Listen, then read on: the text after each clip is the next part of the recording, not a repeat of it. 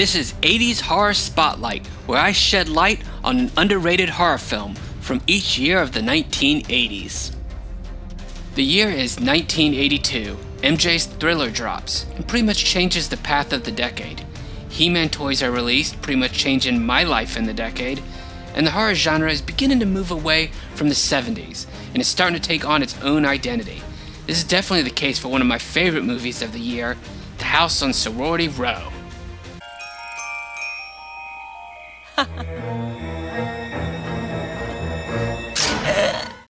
This is a film that was actually a huge success at the time, even hitting #1 in the box office its second weekend.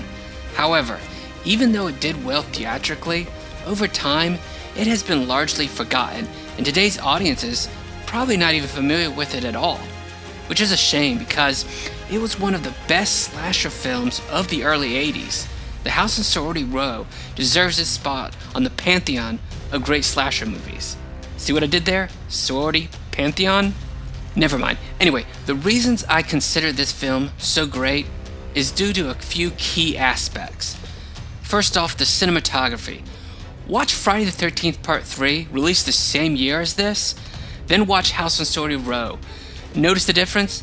This movie has great lighting, use of color, use of space.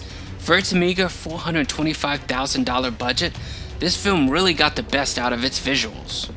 Second, the story, though simple, took all the best ideas that were beginning to blossom in the genre at the time and stripped the fat, kept what worked, and made for a great streamlined plot that is not only satisfying, but it's really fun. A quick synopsis of the film. A group of 7 sorority sisters decide to throw a graduation party at their house. However, their overbearing house mother decides to put the kibosh on all their plans. So the girls decide to prank her for some revenge. But unfortunately, the prank goes awry, like most pranks seem to do, and their house mother ends up dead. Now, the girls must cover up their crime before all the party guests begin to show up, which wouldn't be much of a task if it weren't for the fact that the girls are all quickly picked off one by one. Could it be? Is the house mother really dead? Or is someone avenging her and handing out some much needed karma? Well, you'll have to see this movie to find out. I recommend this film to horror enthusiasts, specifically those interested in the slasher genre. In fact, I would go as far as to say, in the history of the genre, it was one of the key pieces.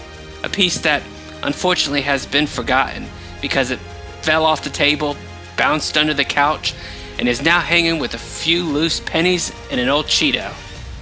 And for those of you asking, how do I feel about the remake? It sucks.